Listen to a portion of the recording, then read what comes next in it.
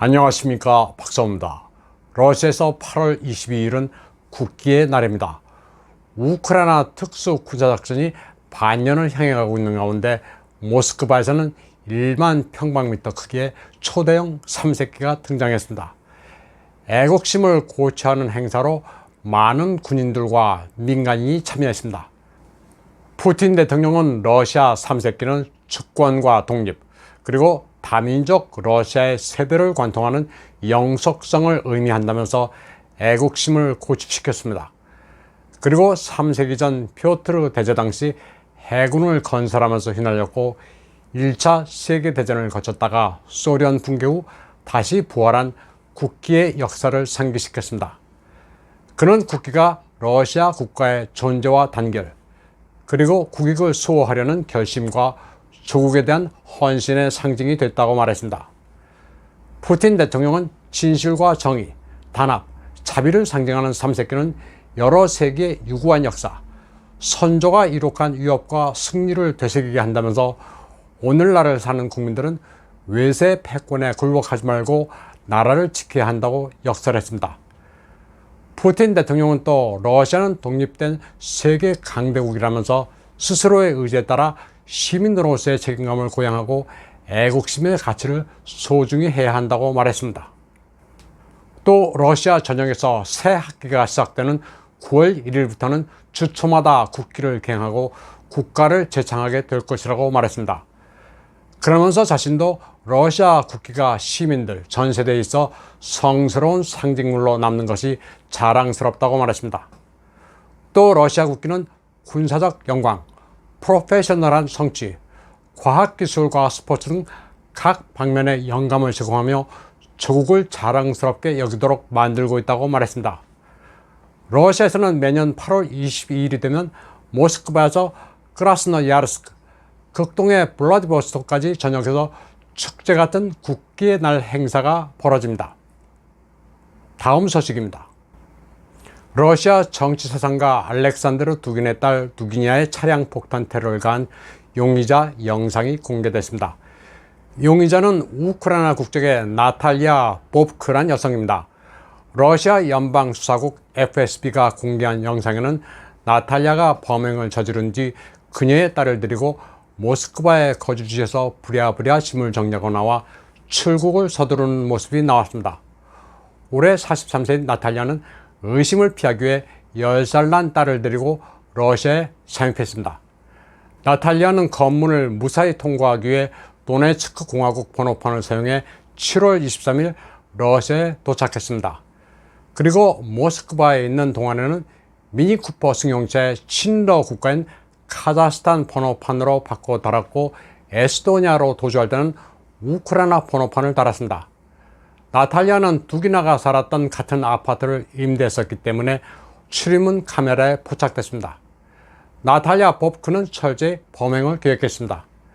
딸과 함께 두기나의 축제 팬으로 가장에 참석한 뒤 두기나가 떠나기 바로 전 토요타 랜드크루저 차량에 폭탄을 설치했습니다.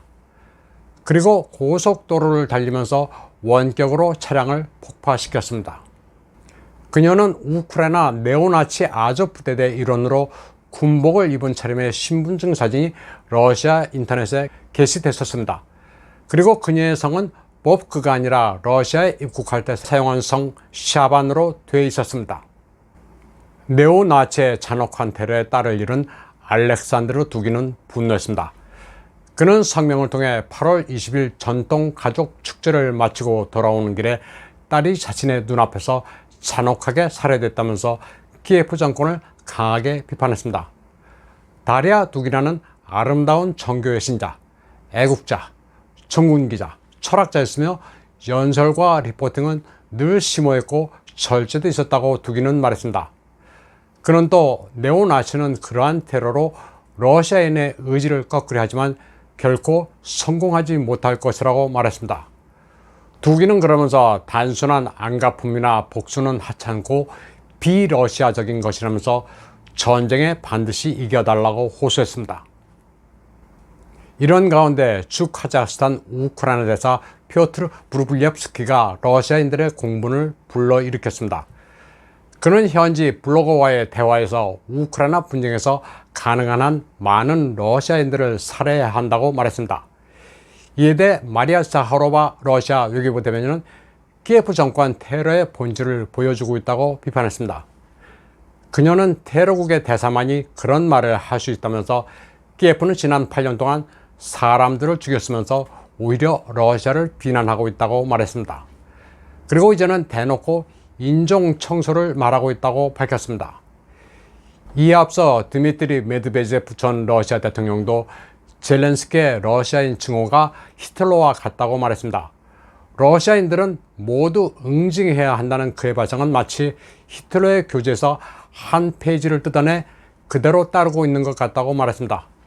특히 해외에 머무르고 있는 러시아인들을 성형과 환경에 관계없이 모두 추방해야 한다는 젤렌스키의 주문을 맹비난했습니다. 메드베제프는 아돌프 히틀러만이 모든 사람들에 대해 그런 생각을 적용했다면서 우크라이나 정권의 본질을 이해하기 위해서는 이것만 봐도 알 수 있다고 일갈했습니다. 다음 소식입니다. 안개하면 흔히 런던 포그라고 해서 영국이 유명하지만 네덜란드도 만만치 않습니다. 이른 아침에 물 안개는 몽환적인 분위기를 자아냅니다. 마치 두물머리를 연상시키는 풍경인데 올해는 가스 부족으로 이게 스모그로 변하고 있습니다. 7월 말 보도를 보면 장작과 펠렛 스토브 판매량이 지난 여름보다 30%나 증가했습니다. 현재 스토브 제조업체들은 몰려드는 주문을 맞추느라 밤낮으로 고군분투하고 있다고 데폴크스크란트지는 전했습니다. 가스 전기요금이 턱없이 올라 네덜란드인들은 장작에 의존할 수밖에 없습니다. 이 같은 상황은 네덜란드뿐 아니라 폴란드, 라트비아, 독일, 영국도 마찬가지입니다.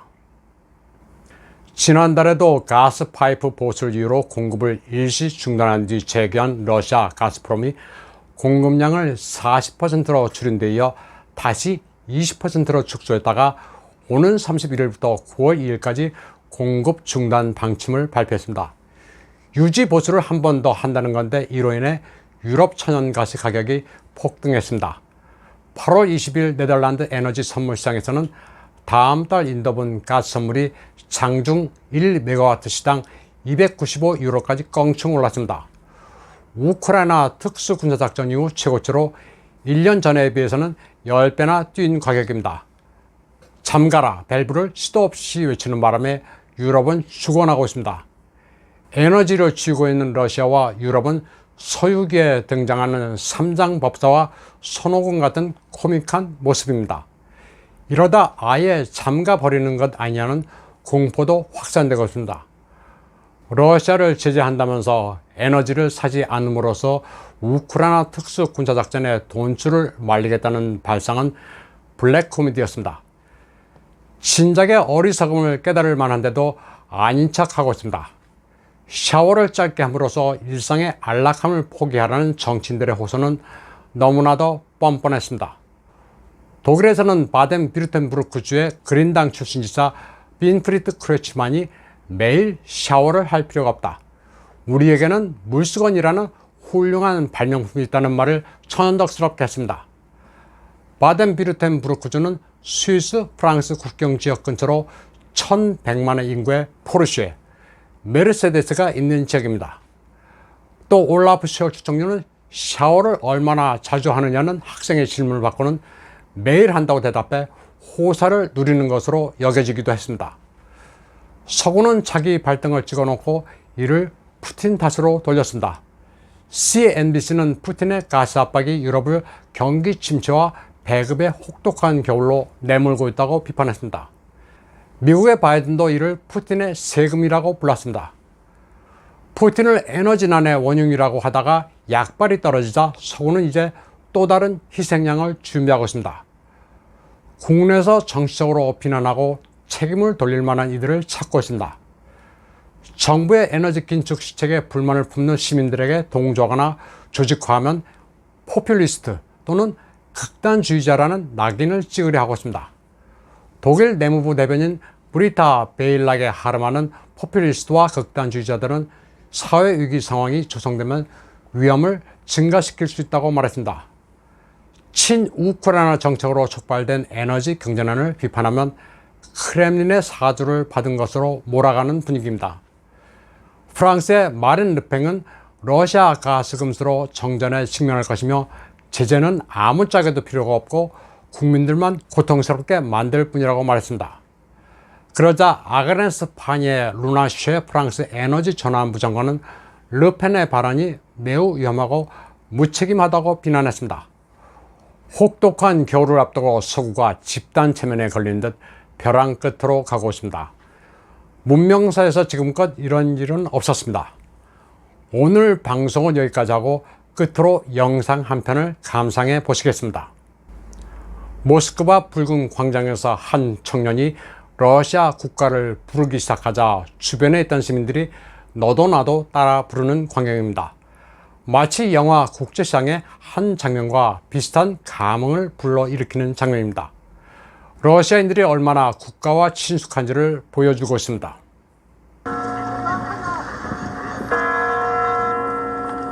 Россия священная наша держава, Россия любимая наша страна, могучая воля, великая слава, твое достояние на все времена. Славься, Отечество!